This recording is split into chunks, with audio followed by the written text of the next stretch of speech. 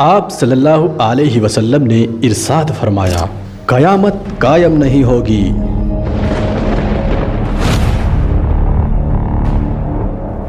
یہاں تک کہ مسلمان یہودیوں سے جنگ کریں گے اور مسلمان انہیں قتل کریں گے۔ یہودی اگر کسی پتھر، درخت یا کسی بھی آڑ کے پیچھے چھپیں گے تو وہ پتھر اور درخت کہیں گے، اے مسلمان، یہ یہودی میرے پیچھے چھپا ہے، آؤ اور اسے قتل کر دو، لیکن سوائے غرقد کے۔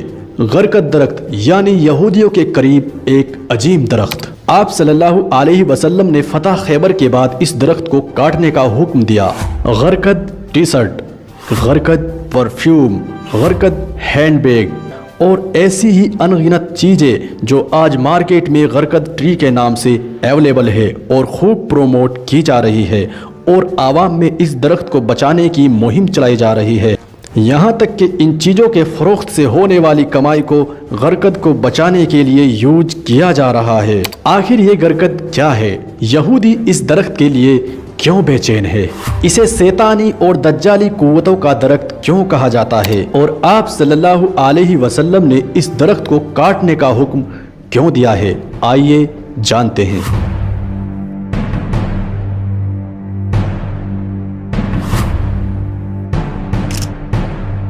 اسلامی تاریخ میں غرقد کا ذکر ہجرت کے بعد ملتا ہے، وہ وقت جب مدینہ منورہ میں مسجد نبوی کی تعمیر کی جا رہی تھی۔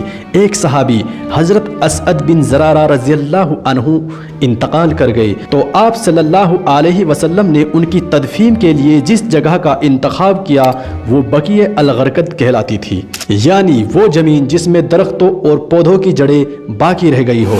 وہ زمین پہلے غرقد کی جھاڑیوں سے بھری ہوئی تھی اور بعد میں یہی جگہ مسلمانوں کا قبرستان قرار پائی۔ اسی جگہ پر آپ صلی اللہ علیہ وسلم کی صاحبزادی حضرت رقیہ، حضرت فاطمہ اور صاحبزادے حضرت ابراہیم اور کئی صحابی سپرد خاک کیے گئے۔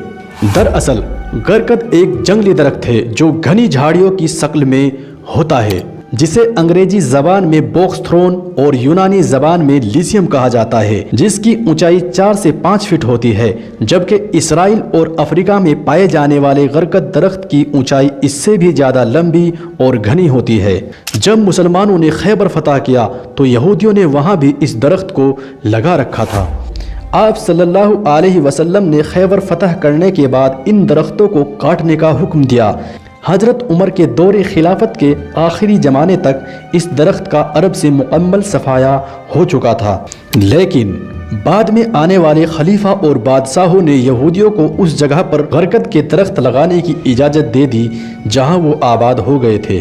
اب سوال یہ اٹھتا ہے کہ آپ صلی اللہ علیہ وسلم نے غرقد کے درخت کو کاٹنے کا حکم کیوں دیا، جبکہ قرآن و حدیث میں پیڑ پودے لگانے کو صدقہ جاریہ قرار دیا گیا ہے۔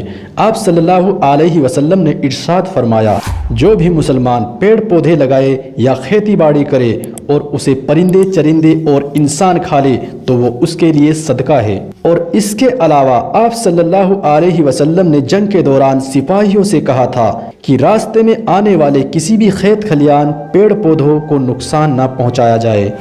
سزرکاری کی اتنی اہمیت ہونے کے باوجود آپ صلی اللہ علیہ وسلم نے غرقد کے درخت کو کاٹنے کا حکم آخر کیوں دیا؟ دراصل یہ درخت یہودیوں کے نزدیک ایک عظیم درخت ہے اور قرب قیامت میں اس درخت کا ایک اہم رول ہوگا۔ مفسرین نے غرقد کے درخت کو شجر یہود اور دجال کا ساتھی بھی قرار دیا ہے۔ اس درخت کو عیسائی کتاب خاص کر انجیل میں شیطانی قوتوں کا درخت بھی کہا جاتا ہے۔ یہودی قوم اپنے مذہب کے ساتھ ساتھ اسلام کی سچائی پر بھی یقین رکھتی ہے۔ ان کے علماء اور محققین قرآن کا مطالعہ کر کے اپنی ترقی کی راہیں کھولتے اور مسلمانوں کی کمزوریوں پر گرفت کرتے آ رہے ہیں، اور اسی لیے یہودی آج بھی غرقد کے درخت کو اپنا پاسبان درخت مانتے ہیں جو قیامت سے پہلے ہونے والی عظیم جنگوں میں ان کا مددگار ثابت ہوگا۔ یہودی قوم کو آخری نبی صلی اللہ علیہ وسلم کی زبان سے نکلنے والے ہر لفظ کی سچائی پر پورا یقین ہے، اور اس بات کا سب سے بڑا ثبوت ہے کہ آج یہودی غرقد کی کاشت پر لگے ہوئے ہیں۔ اسرائیلی حکومت پچھلے تقریباً 40 سالوں سے غرقد کی پلانٹنگ بڑی شدت سے کر رہی ہے۔ ایک رپورٹ کے مطابق سال 2010 تک تقریباً 24 کروڑ گرگد کے درخت اسرائیل میں لگائے جا چکے ہیں۔ ٹرینوں کے اطراف اور یہودیوں کے گھروں پارکوں میں گرگد کے پیڑ آسانی سے لگے ہوئے مل جاتے ہیں۔ فلسطینی علماء کرام کا کہنا ہے کہ اسرائیل نے ایک بڑے پیمانے پر گرگد کے پیڑ لگا کر آپ صلی اللہ علیہ وسلم کی پیشن گوئی کا وقت قریب کر دیا ہے۔ خیبر میں شکست کھانے کے بعد یہودیوں کے پاس نہ تو کوئی گھر تھا اور نہ ہی کوئی فوج۔ 20ویں صدی میں انہوں نے پہلی بار فلسطین کی زمین پر قبضہ کر کے اسرائیل کی بنیاد رکھی اور اب وہ اپنے رہائشی علاقوں میں گرگد کے پیڑ کو خوب لگا رہے ہیں، جیسا کہ دجال کا خاتمہ بیت المقدس میں ہوگا اور یروشلم شہر قرب قیامت میں جنگوں کا مرکز ہوگا۔ اس لیے یہودیوں کو اس درخت کی ضرورت انہی علاقوں میں ہے اور وہ اسے زیادہ سے زیادہ لگا رہے ہیں۔ مارکیٹ میں آج گرگد کو مشہور کرنے کے لیے اور عام کرنے کے لیے گرگد کے تصویر والے ٹی شرٹ، ٹوپیاں، پرفیوم اور ہینڈ بیگ اور ایسی ہی بہت سی چیزیں فروخت کی جا رہی ہیں۔ جیوز نیشنل فنڈ میں آنے والے تمام رقم کو گرگد کے درخت کو لگانے کے لیے استعمال کیا جاتا ہے۔